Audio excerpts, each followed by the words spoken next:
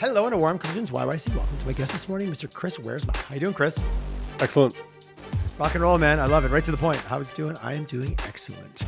Chris, you are a coach. You are a MacKay CEO Forum. Is it chair? Is it leader? Is it chair? Is that the right Chair. word? Yeah, you're chair. I got introduced to you through mutual acquaintances that spoke incredibly highly of, I think, each of us to each of us, which could be a setup. I don't know. I like it. It's a good way. It's a good way to start. We had a quick chat, and I love the way you think about things. I love the way you approach leadership. You're writing a book. This was just an excuse for you and I to have a cool conversation. So let's let the audience in from your perspective. That was my quick how I got here. Give us a little bit who you are, what do you do, what blows your hair back, and let's have a chat. Yeah, I was an executive for 23 years and then did a mid-career break where I went to Harvard because I wanted to study goal theory. And then had an accidental career after that in my break, which I intended to be a year, ended up being 10 days. I just had people reaching out leaders, CEOs, who saw this as an opportunity to talk to somebody who had been in the seat, wasn't in the seat anymore, and could just strategize. And the area of research that drew me to go to Harvard and focus on goal theory is something that ended up having a lot of value for those leadership conversations, which, to try to say it as simply as possible, I was thinking a bit on my walk this morning, human beings are rarely ever illogical, which I would expect would fly in the face of a conclusion most people carry that we're actually illogical quite a bit. Depends on your reference point and where the behavior is being driven from. And so I'm going to let you finish that out. Yeah. I didn't take the bait. Bait. Yeah. I think the bait's pretty obvious there so we're rarely ever illogical. What's typically happening when something shows up as not being logical is there's a goal system that's driving that behavior and you're unaware of it. So it's a goal system that you have, which is unacknowledged, and it's putting either resistance or competing behavior in place. And really, it explains a lot. It explains large phases of our leadership journey and our personal life. The majority of our personal experience and our leadership experience is stable. Like, we have these moments of growth, and then you get to a new plateau, and then you have an equilibrium for a long period of time. And during that equilibrium, either a desire for more or a frustration at the status quo builds, and you manage it and you cope with it and you read books and, just the pressures build. And then eventually something happens. You cross the change threshold, reach a new level of commitment to get to a new place. And then you enter a short period of disequilibrium, which is change. And then you leap forward or leap up, and then you settle again. Well, all these phases of stability are driven by goal forces canceling each other out. There's the desire for where you want to be, which is being held back by a resistance to pay the cost to get there. But this doesn't happen at a conscious level. Because if you got up every morning and talked to yourself like that, like, my name's Chris. Good morning, Chris. You're not where you want to be, but you won't do anything about it today because you don't like the feeling of the cost. Then I just make my coffee and go about, one of my phrases, doing the work of staying the same. Because every day requires effort.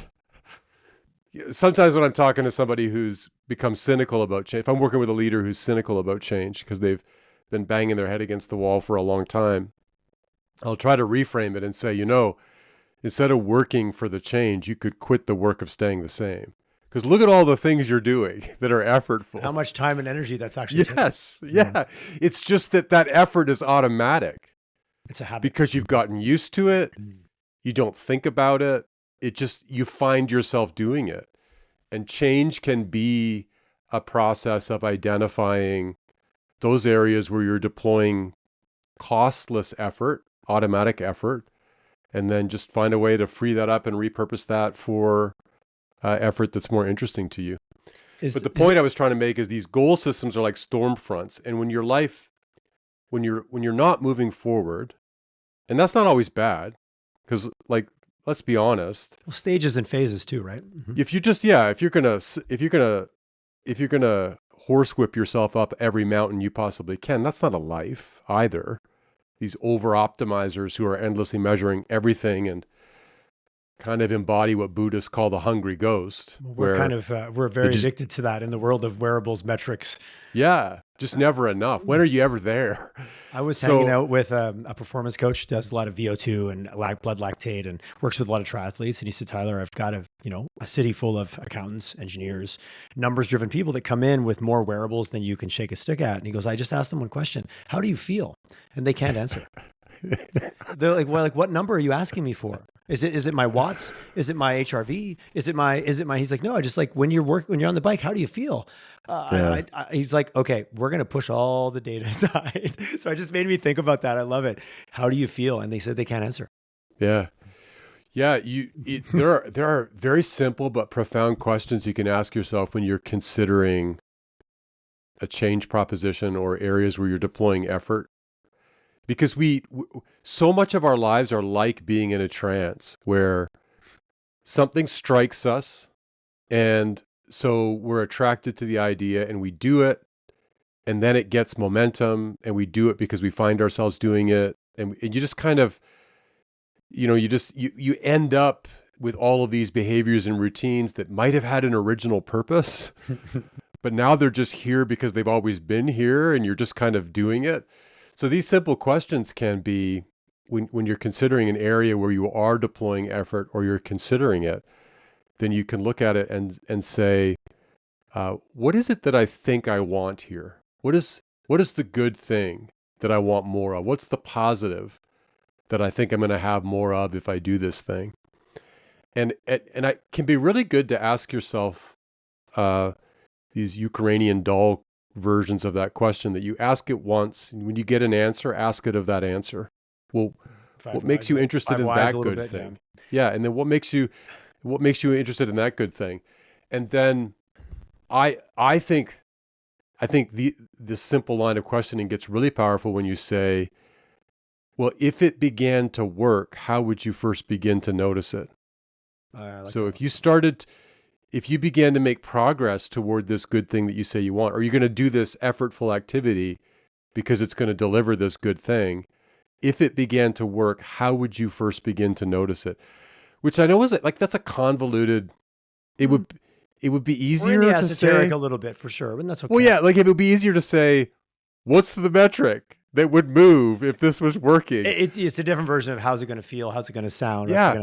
I'm curious. I want to back up a second here. When you talk about, I want more of the thing, how honorable does the thing have to be? I want more notoriety. I want more fame. I want more power versus I want to feel better about myself. And will that actually what are we nesting in the dolls, and how honorable does the pursuit or the outcome need to be to not just end up biting your own tail? I love you for that question. I spend a lot of time working to help people be okay with what they actually want. Because look, you actually want it. So it's not going to do any good to surface a base motivation. And I mean base in a negative way. Like, nice. I'd like to be famous. It's not going to do any good to surface a base motivation and then try to suppress it or ignore it, wish it was different. And that's where in the conversation we had before we started to record, and I talked about a little bit about the Eastern contemplative tradition, this idea of acceptance. Just stop judging. If you can just forge a relationship to yourself and your life that's observational. And the word that I like to use is just be bemused by it. And yeah, like there's the cliche of don't take it so seriously, obviously that. But I think that word bemused really captures a loving, open discovery orientation towards yourself. And if you can get in touch with and accept and notice what you actually want, then you could forge a relationship to it. But define bemused for me. I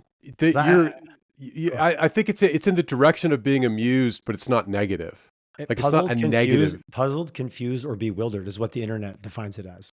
I was like, because I'm sorry, and I'm just because the context you were using, and I'm like, I don't think that was it. So and that wasn't a call out. I didn't actually. I'm like, I don't want to pretend I know what that word means. I I know what it means.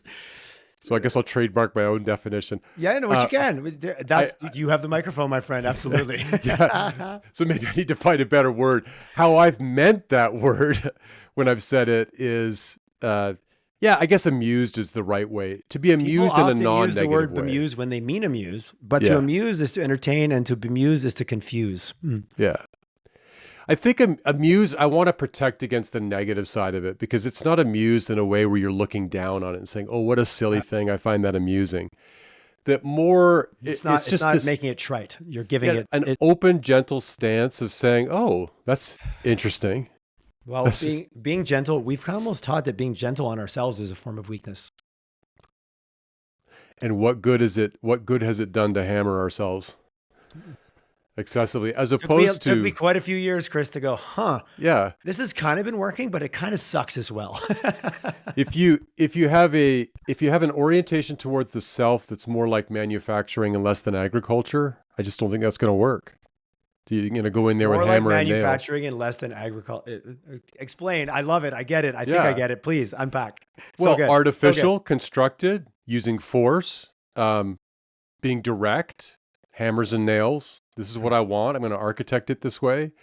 I will bend it. I will bend it to my external will. Yeah, but we are organic creatures, and therefore many aspects of our reality are more conducive to agriculture. Yelling at the plant doesn't make it grow better. Yeah, to go out there with hammer and nails and say, I'm going to make this damn corn 1 foot higher today. I'm going to find a way.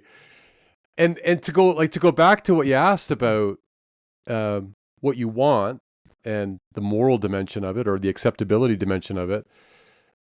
Let's play off the forces that are actually at work inside of us. And so when I'm talking to leaders about motivations, I often talk about the difference between the dark triad and the fulfillment triad, and they're related to each other.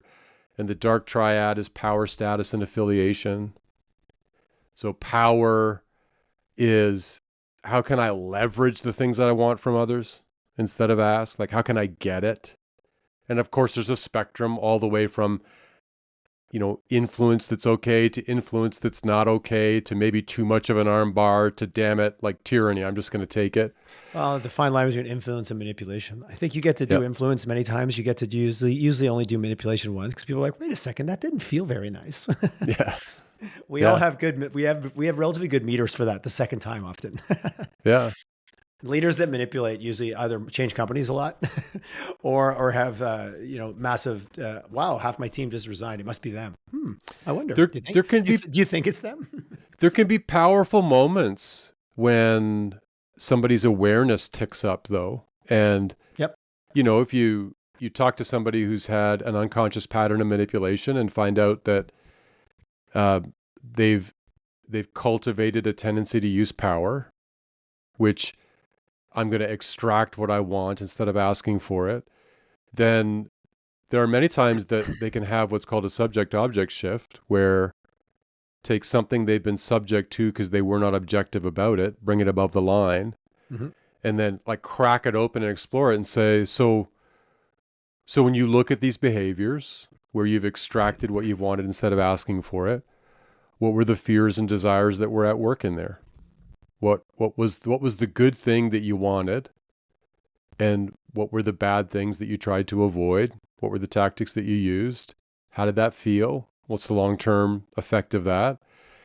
And can you forge a relationship with your desire for power, where you now have a conscious relationship to it? And you bring it into the light versus and dark triad. Start collaborating with it. I think people could react to that and get upset with me.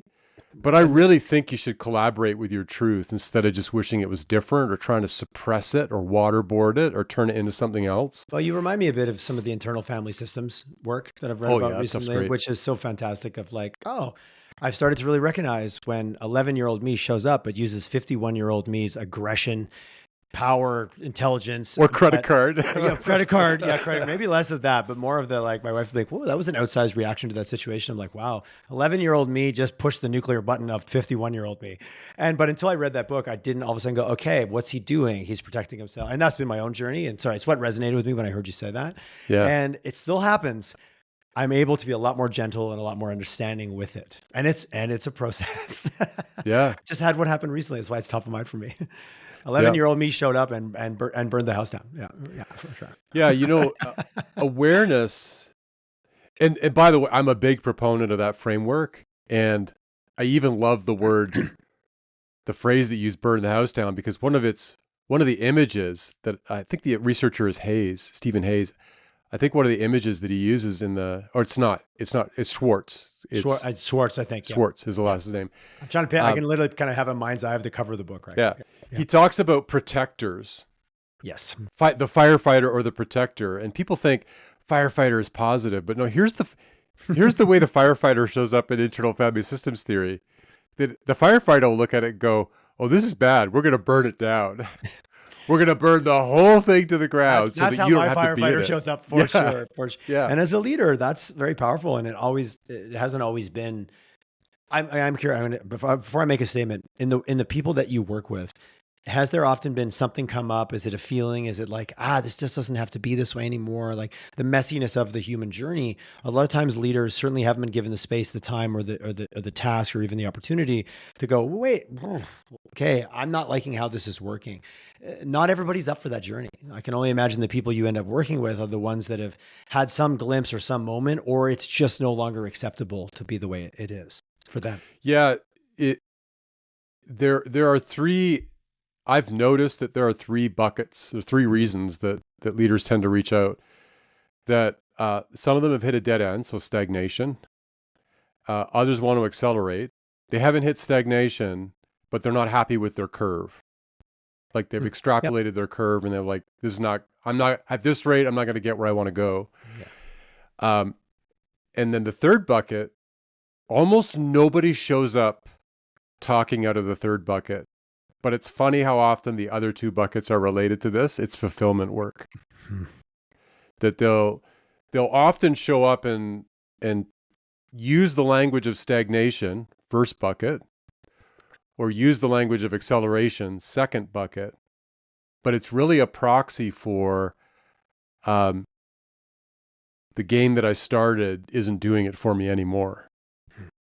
And so they'll interpret that as, well, I've stagnated, or they'll interpret that as, it's amazing how often leaders do this. Maybe the problem is more. Like it's not doing it for me because of the dose. Like we need to raise the dose, Chris. And truthfully, there's not a one size fits all answer, because there are lots of times that it is stagnation, lots of times that it is acceleration. But also, the longer a leader is in their journey, the more inevitable it becomes that they have to contemplate the difference between the first and the second half of life. So in the first half of life, you're going to answer the question of the ego, which is, how do I compare? And it's costly. The ego game is costly from an effort perspective, but it's not complicated. It's hard to compete from an effort perspective, but it's not complicated. Just go to school, get good marks, pick your lane, figure out how competition works in that lane, and outwork everybody, or be out brilliant. Be right? the hardest working guy in the gym, kind of. Yeah. Right? Yeah. That's very popular in the social media world. The disorientation, rise and grind. Yeah. Well, grinding is effortful, but not complicated, because you just look at how it's being done, copy them, but do it more or better or different. I piled more wood or shoveled more gravel than you did. The question of the second half of life is very disorienting, because it's not comparative anymore. So, and many times that can be why a leader's reaching out, that they'll say, I feel like I've stagnated, and And then you start to do the analysis work, and you find out, well, but you stagnated because you answered the ego's question. You now know how you compare, but you haven't answered the self's question, which is, how do I do right by the fact that I'm here? What's my purpose? And purpose isn't a comparative question. Like, Tyler, how could I beat you at the purpose game? Right? How am I going to win? And the funny thing about that game, and I have some friends that I know, and I use the word friends loosely, but they're always competing with you at being you. Whatever you're at, they want to beat you at it. Yeah. Like, you can never beat the other person at being them. They're experts at it, whether they know it, like it, or embrace it. They are them. But when you don't know self, it's really easy to chase the comparative. Like I'm going to out-purpose you, trash you in the purpose game. It's very scary. Because I'm going to hold it up against that. That's external. It's easy to look at. You pull that away, that can get real. It's scary because you take away the thing. You take away the icon that I've been using. In comparative endeavors, there's a score, and the score does a lot of processing for you. You know, and even if the score is subjective, you just got an internal scorecard of how you think you're doing against everybody else. It's very comforting to have this score system to help you feel like you're not crazy, or you're not wasting your time, or you're not being dumb, or you're not useless. Like, those are all comforting things. But in the second half of life, when leaders are going to begin to either feel the absence of the answer to the purpose question, because they're not even asking it, but it just shows up as either dysphoria or ennui, or I'm stagnated, or I need more, or God forbid, the highly skilled person who spent 20 years in one lane wants to get in another lane now. and figures they're just going to do a straight transfer of altitude from one domain to the other and go, I'm at 40,000 feet here. There's a lot of that happening these days too.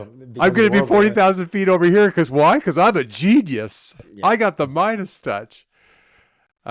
When really, it's in the second half of life, it's time to start facing the existential terror of meaning. To just say, no more scorecards, because this is now a game of one, where you have to satisfy your own criteria that you've been alive. I want to say that again slow. You have to satisfy your own criteria that you've been alive. And I'm not saying you're dead yet, but you will be. It is, unfortunately or fortunately, it's inevitable. Right. When does this infamous second half start? Well, I don't think there's an age. Yeah. Curious. You know? You're speaking of it it's very ones and zeros. So yep. I know what you mean. I believe I understand what you mean, but I was curious. Here, let me give you an answer. I think it depends on when you have answered enough of the ego's question that it's not doing it for you anymore. And truthfully, there's people who've done that at 30 because they just tore through their 20s. They won everything. They climbed to the top of the mountain. And let me say this because it's really important. When the ego's question has been satisfied and you know enough how you compare, that your truth has shifted internally. Like you have ticked the box. Maybe you don't want to tick the box, but you have. This gets back in the direction of what you asked earlier. What is it okay to want what you actually want? There's a truth here. You want what you want, and that's it. You modify it a bit, but you're probably not going to change your tiger's stripes. But when you've satisfied enough of the ego's question, there's a fire and a fight that is going to go away. And that terrifies a lot of leaders. When they've done well enough that this is now, we're now getting into the depth of my work. When you've done well enough that you're no longer fighting against the prospect of being nothing. Like you're not being hounded by it in a way that if you don't get up tomorrow and have a killer day, zero might catch up to you. Mm-hmm. There's I won't get the quote right, but I'm a big Lord of the Rings fan. There's this scene where Legolas and Aragorn are trying to rescue Pippin and Merry, and they've been kidnapped by the Uruk-hai, and they're running on, like it's the great chase. This is where they're running through, and it's the great chase. My wife is a raving fan, so by default, I'm a fan as well. Yes. And I can't remember. I think it's Aragorn says to Legolas, they run as if their master's whips were at their backs. And the ego, that's what the ego is like. In the first half of life, do you remember? how every day we were like, take no prisoners. Yeah. And it was because our motivational truth was that we knew we hadn't done well enough that we could afford to stop. But here's an open question for a leader who's done well. What will be your new energy drive when you have done well enough? When the whip is no longer at your back. Yeah. You're not done. You haven't got there yet, but you've done well enough. And can you transition to a new system of motivation? And I would put before a leader that system of motivation has to have a relationship to purpose. Mm-hmm. In the first half of life, you ask the question, what can I do? In the second half of life, you have to wrestle with the question, what should I do? And I don't mean should in a socialized way. Like, what does everybody else want you to do? I was going to jump all over should, right? Because I hate the word I'm a big should. proponent of don't should all over yourself. I hate heard should. that joke years ago, and I've attempted to not use it as little as possible. I hate should when it's socialized. Okay. Yes. When you're internalizing conclusions other people have made, but find your own should. In reflection to your own center, not the outer. Yes, I agree with that as well. The way I language it is, how will you do right by the fact that you've been here and you still are in your own mind? How are you going to satisfy your own situation at having been alive? What's it about? And listen, not to be morbid, but that's the only system of thought that's going to be able to offset the frankly not really cool aspect in the second half of life where capability starts to decline. Yeah. So some of your best days are going to be behind you eventually. Well, unless you redefine best. Sorry, right. Which I think I'm getting to the end. Well, there's going to be a decline in capabilities. Yep. Yes, I see what you're saying. Yeah. I'm going for that glass down at half empty for a second there, Chris. I had to fill it back up, but I've been on a similar journey. So some of my comments are self-reflective as they're coming. Yeah, I actually want to super agree with what you just said. That's a good calibration for how I was talking. That best days depends on how you define best, because it can be good in different ways. Which is where I was headed. The value can deepen as I in different negotiate ways. daily with reframing a lot of those things. Yeah. Stronger, faster, taller, bigger, lift more. I have a 22-year-old nephew that I hang out a lot, and we go to the bush a lot, and we hang out and we cut wood together. And I was the guy that would run in to grab the big tree. Now it's him. Yeah. He's like, Uncle T, I'll just carry it. I was like, dude, we'll get the tractor. He's like, no. I got pictures of him with logs. And I'm like, I love that you're 22 and I love that I'm not anymore. But it helped a lot to have an external example to reference. Because I was him in spades not that long ago. This is the problem with having a 20-year relationship with Garmin watches, because now you can go in and see the data. Oh no, yes. Doesn't lie. If I tried to do what 30-year-old me did at a marathon, my personal best, I honestly think I would need medical attention at the end of that. But the try to tie that, being able to talk about it the way we are right now, I would say, and to try to insert your version in it, to try to tie that point off with the purpose question in the second half of life. How are you going to do right by the fact that you've been here? That motivational system, that purpose system, is what you'll have to put alongside the gradual decline in capability to offset what would be a negative, and say, based on the first, if you used X scorecard, this would look negative. If you change the rules and the framework, I don't want to say the rules, the framework of the game, which we're all playing. I love that. Not to jump, but you're making it sound easy. You're not, but I'm playing around with the conversation. It's easy when you work with a coach. Yeah. Yeah. Okay. Nicely done. I also sometimes, and this is my own personal bias, I'll put in there, there's a lot of people feeling a lot of pressure because they haven't found their purpose. And we've sold that in our society in a way, which is not, I don't think that's not what was happening here. And if I'm listening, I'm like, okay, guys, yeah, I get you. How do I go about finding this said purpose down said rabbit hole?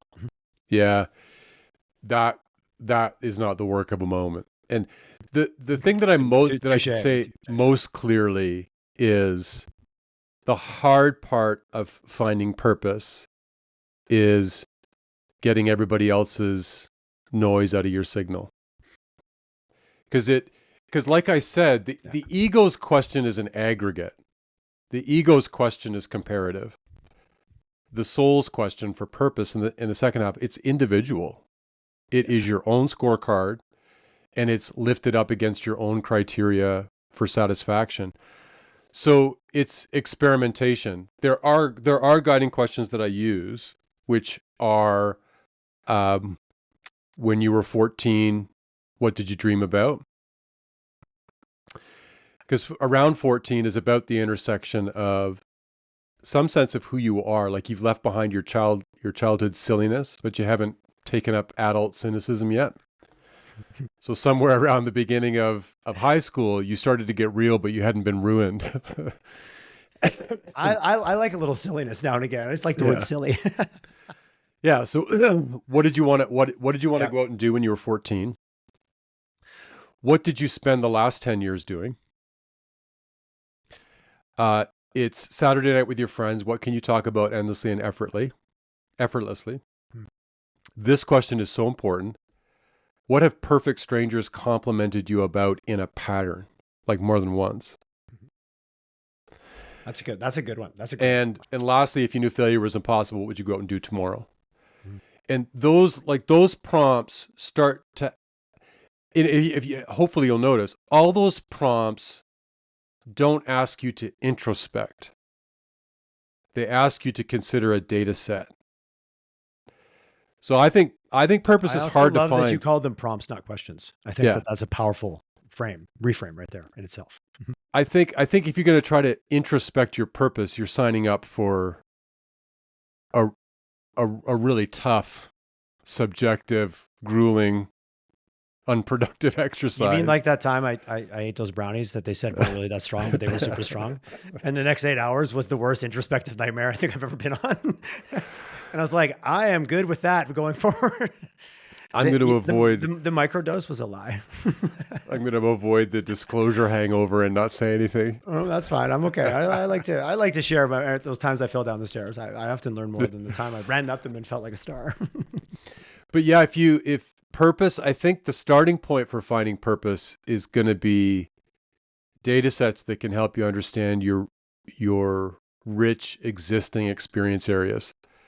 Another way to think about this is I'll sometimes take a task approach and ask them to do a task audit for finding activities where, and I'm going to outline the flow theory, you lost track of time, you were deploying a skill against a result that you couldn't control, but it wasn't random, and you were getting immediate calibrating feedback, and at the end you were invigorated. Because you can do activities where you lose track of time, doom scrolling, and at the end you are not invigorated. Depends how funny those cat videos were. That's right. I call that time deletion. The time was just deleted. You didn't. I like that. I didn't lose track of time. I deleted it. That's great. That's great. That time was just stolen from you. But it's really important to consider these activity areas where it's effortful. You're deploying skill. You can influence the result, but can't control it. You're in between two boundary conditions. Boredom is a foregone conclusion. Anxiety is a random result. So the zone of high engagement is in between those two conditions where you cannot perfectly predict the outcome, but you can influence it enough with your skill, and you're getting real-time feedback. You don't have to be growing or developing, but if many of those other conditions are present and you're losing track of time and you feel invigorated, I would really pay attention to that. And you just explained the criteria for the sports I choose. Yeah. They have to meet that criteria or I lose interest in them almost instantly. Or any kind of hobby where I don't get that. I've just never had it so well articulated as I reflect on what you're saying. And flow doesn't always bring you to your purpose. In fact, it often doesn't, but it can be a clue to your energy system. And then you can kind of stand on top of how your energy system works and start to ask the question, and I have these energy sources. I've got these rich experience areas, these data sets that tell me I've always cared about these things. And then it's just time to act like the author of your life. Like you're going to have a self-authored life and say, given these are my energy systems, given these are my interests, how am I going to match these things together so that when I reflect on this recipe, these energy systems and these interests and activities, that when I reflect on it, it will bring me enduring satisfaction to say, it nourished me. It didn't only nourish me. And I would hang my hat on that and say, if that's the way, if that's my contribution to the planet, if that's how I do right by the fact that I've been here and I don't want to be a parasite, I'm good with that. And then I think once you get like a general direction, you can start to get in there and try it on and experiment with it and see how it goes. What I'm hearing that's a bias and certainly something that I believe in and that I've embraced is purpose may be where you're headed, but curiosity and exploration and giving yourself a lot of permission is how you might get there. Mm-hmm. That's amazing. Yes. And I was listening to Elizabeth Gilbert. I don't read a lot of Eat, Pray, Love, but she's come out with the position of like, hey, I actually don't believe in purpose. I believe in being really curious, and you might have a better chance of bumping into it. And I was just like, oh, well said, Miss Gilbert. Even though I'm not a big fan of that book for all of its what it represented, and I love her coming out going, yeah, that was very chasing my purpose. But what I really realized is what curiosity is what keeps fueling me, which lit me up and filled my cup a little bit on that one for sure. It's going to be intellectually cheap, but I can go meta and say, sounds like her purpose is to be curious and explore. I love it. And she was definitely touching on we've put a lot of weight on our society that if you don't have purpose, you're not really doing something right. And then that's when it falls back into the ego category. Mm-hmm. Yeah. Yeah. This stuff's important because I had health scare in 2023 that ended up being nothing. Like, the encapsulation of it. The encapsulation of it is, I got read the wrong ultrasound result. It's like a bad movie, the story. Yeah. It's a crazy story. And I don't like to be glib about it because you know what? There was an owner to that ultrasound result out there somewhere, and that person and I switched destinies over the course of 10 days. Like I had the bad news and it took 10 days to figure it out. And then I don't know if they got the good news and got the bad news swapped in, or I don't know what happened. Yeah. Let's not play that one out too much. Yeah. But I'll tell you, the tremendous gift is to have it, the 10 days where it was very real. It was awful, but it was a tremendous gift because it wasn't an intellectual exercise. And I continue to be very grateful for how real it was. What I try to say to my clients and friends, and this is something that finds its way in both domains, my clients and my friends, all the time is, I don't know if it's possible, but it would be great to find a way to not need the crisis. So another way that I'll say it is... Back to your earlier comments, though, about getting caught in the daily habits and the things that we do. That, sometimes you do need the break state or the pattern interrupt. Interrupt yourself. Sometimes it's a trip. Other times it's a sledgehammer. Sounds like you got a sledgehammer. Yeah. Yeah. And it's the other way that I say it is, if you can find a way to act like you're in your second chance life now. There's actually, like I heard a podcast guest, a gal, she said, this is amazing. She said when she really struggles and she finds herself in a lot of negativity, she does this mental exercise. She imagines she's 96. Her kids have gone on to their adult lives and aren't interested in her. Her partner's passed away. She's on her own and she's got the limitations of a 96-year-old. And she's got this magic opportunity to step through a time portal and come back to now. And I just slowed down on purpose. I think I don't know if anybody else finds it really powerful, but I find it really powerful to go blip. I'm back. I was 96 2 seconds ago and my kids weren't interested in me and I'm back and they're in this house right now. I can go downstairs and say whatever I want. That's a lovely pattern interrupt or break state, or depending on what philosophies you support on the power of that, even to shift. Our thoughts are powerful until you shift them, and it's like they can disappear as quick as they arrived. Yeah, and we can turn that weather vane or whatever steering appendage you want to use. So let me say something to leaders that are listening to this. Leaders, you need to do purpose work. You absolutely need to do purpose work. If you are somebody who has flexed the achievement muscle and you've achieved, that's awesome. Then what's waiting for you now is to initiate the purpose work and the purpose conversation. And you don't want to wait until you need to, because here's what that looks like.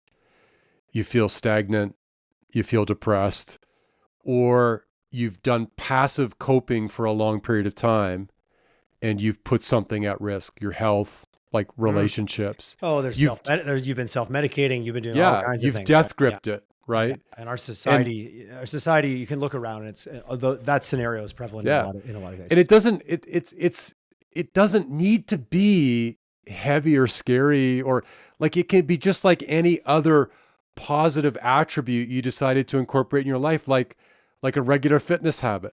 It wasn't difficult and it wasn't bad, and it ended up being really cool, and you met some cool people and it added a lot of vitality to your life. Why not? Well, the habit and the identity that you tie to it, and not to quoting James Clear, but I love the concept of like, well, the habits you continue to perform are the identity you also find in that. And if my identity has been external and ego and achievement driven, am I giving something up or am I scaling up? Like there's a lot of reframing I think can happen in the early days of that conversation. And then, and there's powerful doorways. There's talk therapy, there's CB, there's a million versions I think that you can approach. Obviously I've had a few leaders on recently that have been working mainly in the US with senior, CEO and executive teams using psychedelics to go, whoa, I never thought I could look at the world in a different way. And that seems to be getting a lot more traction south of the border. I didn't realize that was the case. And a good friend of mine spends a lot of time in that space, and he got picked up in Forbes, got talked about by Michael Pollan on Oprah the other day about psychedelics and leadership to maybe cause enough of a break state or a pattern interrupt. Not that I'm advocating or not advocating. I see how it's starting to show up and being used, and I'm for that. Whether you're into it or not, that's your journey. I just like that people are going, hey, how do I create that? How do I change my pattern? How do I actually show myself there's another way to think about things? And there's many, many ways to get there. It's easy. It's hard to talk about these things because the legal issue, frankly, creates so much risk. Just from the legal side alone, but also because there aren't authorized pathways to get clean molecules. It's just a risk, right? But here's the research on particularly psilocybin. And I'm not saying there's better or more research on it. It's just that's the research I've looked at, is really clear that it's better for us to think of it as a technology. I just think the word drug doesn't do us any favors. It's a technology. It reduces the activity of the default mode network. And the default mode network does what it sounds like it does, keeps you in your default mode. Arguably where the ego lives, if you believe some of the, the alleged, where is this elusive ego? It's there. And I know in the fMRI machine on psychedelics, it shuts down. It goes offline, right? I long for our regulators to... now I'm tempted to say something that's going to give me a hangover. So that tells me we've gotten there. We've arrived at this point of the conversation. I want them to grow up. I've been in the medical device industry, so I've dealt with regulatory. I've been a partner on a business in Canada that regulators destroyed needlessly. I understand it, and that's because government bureaucrats and regulation have everything to lose by saying yes when they shouldn't have. Yeah. And so no is the safest thing for them to say. Nobody's ever lost a job because a regulator said no. They need to grow up. We've had a conversation about purpose. Those leaders need to reflect on their purpose. And is it their purpose to play it safe as a careerist, or to advance the interest of some group of people, whether it's a nation when it comes to our regulators that are getting in the way of our potential economic strength, or if it's regulators that are artificially resisting a molecule that's been clinically demonstrated to treat depression better than SSRIs. And what I just said is not uncontroversial, or it's not controversial. No, that is well researched, and there's endless. It's just black and white. It is, yeah, absolutely. And the relative danger of alcohol compared to a psilocybin molecule is just it's a joke. It's a joke. It's catastrophic, actually. And yet our overseers are deciding that as an adult, you and I, we can't make our own decision about psilocybin because we're idiots, I guess. They've just decided the risks are so high. We can't have you make that decision. But alcohol, knock yourself out. Literally. Really? I know. So there's something else. Yeah, I came into this with a bit of an agenda, so I don't know if you want to react to that, but I'm in alignment, so I'm just I'm nodding for the people that are listening on audio. Yeah. Audio only. Yeah, and it bridges in a direction. So I'm a passionate Canadian, and I just long. What I'm going to say is my own view, so I get that. I don't need other people to put my vision of Canada in place. That's why we vote. That's why we have conversations like we're having right now. And however we as Canadians negotiate with each other on our future, I'm going to do one Canadian's worth of that, whatever that's going to be. But in the meantime, I'm not going to shut up. And I long to be even more proud of my country than I have been before. We can be an energy superpower that has democratic values. We can use the economy we've got to get any number of economies we'd like to have next. But we probably can't have any economy next if we don't use the one that we've got.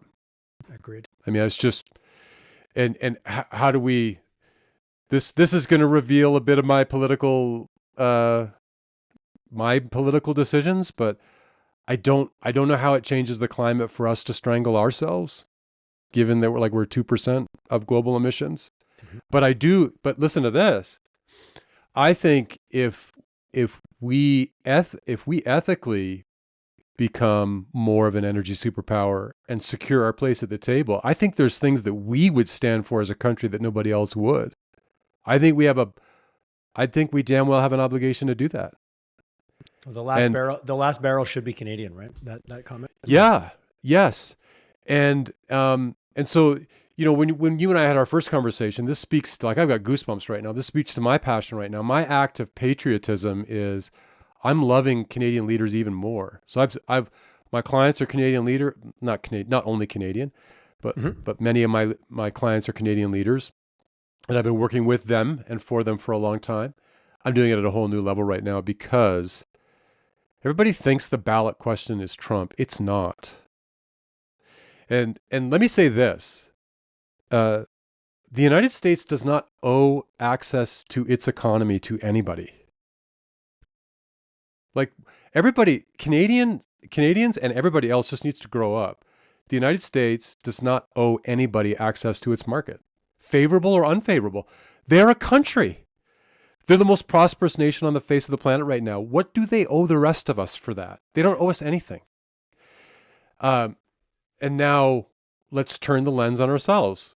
We've under-contributed to our defense situation, which freeloading on the Americans. We've underexploited our own economy. We have not organized ourselves to have as much economic sovereignty as we could. So my act of patriotism is I'm taking my support for Canadian leaders to a whole new level. Productivity is the answer to all of this. The ballot question is not Trump. And the ballot question is not who's going to solve Trump. Carney is not the answer to Trump. And as much as I love the man, neither is Pierre Poilievre. The economy is the answer to Trump. We are only able to be pushed around like this because we are not too substantial to be pushed around like this. And so the elbows up thing irritates me because I think people think saying that's going to do something. It's not. Oh, it's a feel-good tactic. It's just the bluster. It's I'm not an aggressive person. I haven't been in fights or whatever. But here's something that I know about power. Power does not have to describe itself. So if you get in an ego standoff with some road rage moron who's got way too much testosterone taking over their prefrontal cortex, and they're yelling and blah, blah, blah, and describing everything they're going to do to you, that's dangerous. That's not the real dangerous one. The real dangerous guy or gal is the one who knows they don't have to say anything. Yes. that if push comes to shove, they know exactly what they're going to do. It's that quiet. The predator that you need to be scared of in the Rocky Mountains is the mountain lion because you'll never see him or her Yeah. coming. yeah, is he or she watching you right now? You don't know. You don't know. And so the blood, like, no bluster. Bluster doesn't really match the Canadian identity anyway. No, the one I heard the other day was cutting off both your fingers and then cutting off both your hands and then trying to give the middle finger. We need to negotiate trade arrangements with everybody, and quietly, in not a hurried fashion, but we can't be slow, but in a sustainably accelerated fashion, quietly secure ourselves for a Canadian century. I don't know if you can swear on your podcast. It's your brand, Chris. You're free to do whatever you like. Yeah, it doesn't really fit my brand. I really want to use the F shot, but I won't. Okay. We need to we need to just secure the next Canadian century, not talk about it. I like that a lot. Not bluster. Saying elbows up won't secure it. I take a lot of inspiration from the Scandinavians, not in that I want their tax rate, but they are an example. That's a more complex conversation. Yeah, they are an example of a group of nations that have done that. They just quietly build well-organized societies and well-structured economies, and they don't write books about it and run around. And they're not being secretive. They're just like, yeah, we're minding our house. We're tending to it. So, yeah, I've we're changed very much the way getting caught having not done that. Mm-hmm. We are 100%. We've been caught not having done that. I had an retired army major on, and we were talking about the war in Ukraine more from a territory and like an engineer's perspective on getting troops into the battlefield. And he had one comment, and as a retired Canadian veteran, he's like, we've never been forced to pay for our lack of preparation. And that resonated with me because I agreed with him. And looking at what we're happening now, I think that's just an oversimplified, but a pretty accurate depiction of a multi-pronged situation that we're now in. Yep. We're being forced to slowly and still not really hasn't landed, but we're being paid for how we got ourselves here. Yeah. Yeah. Yeah. We're like a parent with kids who, because we didn't need to not be complacent, we're so complacent that we really don't have the options that we need. And I'm saying parent with a family because there's some collateral here. I've brought kids in the world, you brought kids into the world, and it's time for real sober thought. I take a lot of inspiration from Lougheed's time in Alberta. Okay. And the two things that we need to do is juice the economy and then be adults about it. and we can't miss on either one. And this risks being I have my political views, so this is my personal political view. We got 10 years of data on the economic result of liberal ideas. And yes, a new leader merits new consideration, but that new leader's got 10 years of public record of not having different ideas. He's written a book. His concern is two things: the climate through economic deceleration. So I can be concerned about the climate, but I cannot be convinced that I'm not a decelerationist. I do not believe that you can fix the economy by pumping brakes. And the reason I believe that is both economic and behavioral. Human beings don't do less when they want more. They just don't.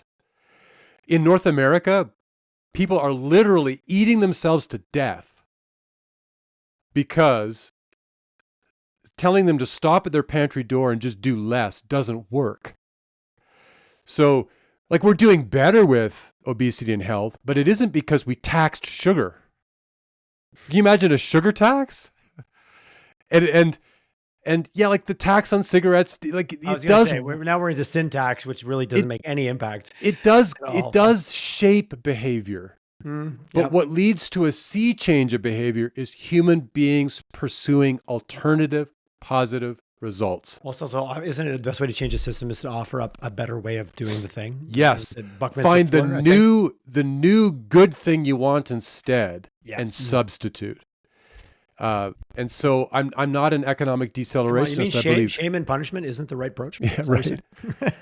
I'm an accelerationist. I believe accelerating the economy is the answer. You take Elon Musk as a lightning rod of controversy, but you take the example of Tesla right now. Tesla didn't get market share because it offered electric cars as an escape from a sin tax situation, like a negative situation. They just created really good electric cars. Like they're really good cars. To simply offer a better solution, and people, and people want it. We'll choose that. Yeah. Yeah. So I'm an accelerationist that juice the economy and then be adults and use a juiced economy to invest in technology. When you look over, like the climate concern, as they draw these graphs, these straight lines, the future is never a straight line. It has long phases of straight lines, and then there are the shifts where the curve changes forever. And we need to bet on that, on a juiced economy and innovation, and that requires us to be adults once it starts to get good again. And I don't want to discount that. That's really hard. We don't do that very often. But that's why we need to hold on to this moment when we get out of the crisis. We need to remember what it was like in the crisis, what got us there, and keep our resolve strong to never need the crisis again. Chris, that's almost your mic drop. I'm running for office, baby. I always laugh at 56 minutes. If you're still listening, it's because you're bought into what you're hearing. So at this point, anything is fair game at the end of the podcast episode. Chris, I really appreciate how much thought you've put into your ability to articulate the way you see the world and to make it approachable. And it's easy to kind of get lost in the philosophical side of some of the things you were talking about, but I think you made them very approachable and you landed them under the framework of leaders on their journey. And I really appreciate that. And also, this is the work you do. We didn't really get into, but you're the CEO, you're the chair of a CEO forum. Yeah. Where you get to do this work and have these conversations. Yeah. And I've been involved in tech, which is same, but different. The leaders that also tend to show up around that room are putting themselves in those environments because they're looking for different, they're looking for perspectives, they're open, you build camaraderie. For anyone who's not in one of those groups, no matter which one it is, I do highly recommend it as a leader because it can be lonely and those groups take that away, in my opinion. I wouldn't say this if it wasn't true. I love CEOs. They're job creators. They're at the tip of the spear. They're gathering the benefits of capital. They're pointing it at alternative futures. I mean, they're not more important than many other groups of leaders in society, but these ones have captured my imagination. And I had a long career in the not-for-profit space, and I still think that's important. I switched to being in business and supporting business leaders because when the economy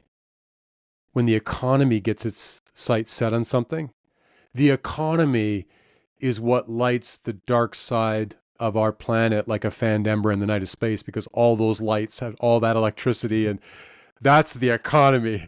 And when we can support business leaders with the incredible weight they carry and the challenges that they're facing, the problems they're trying to solve, and help them do good and do well, like to tie those two things together, we just win. Everybody wins. Everybody wins when that happens. And so, the work that happens in forums, I love MacKay. The work that happens in forums in general, and MacKay in particular, is there's something that leaders at that level can only get from each other. And so just imagine, you get a cohort of 10, 11, 12, 14 CEOs, and you grow and solve problems at a rate of that collective wisdom instead of just figuring things out on your own. Can't be beat. I completely agree with you. Chris, if someone wants to get involved, do you have any seats around the table right now? I have a couple left, and then probably starting another group in the fall. A little scarcity is very motivating. Yeah, right. By now you've realized we only have a couple seats left. The manager's gone. We're selling out. Yeah. I'm doing this. I'm doing this for the second half of my career, and I'm gonna start another group in the fall. So yeah, if there's opportunities. Any favorite form of comms? Are you good old LinkedIn? Do you out of all the way we can communicate, do you have a preferred channel? LinkedIn. Yeah, That's awesome. LinkedIn. I'm on Twitter, but I'm really political on Twitter right now. So let me And we get had through and we had a hint of that. So I think everybody knows. let me get through the election on Twitter, and then reach out to me on Twitter again when it's all, achievement, goal theory. If this is if this is the flavor of beverage you're looking for, this is where you'll find it. Yeah. If you're looking for leader, Coach Chris, you'll find him on LinkedIn. Yeah.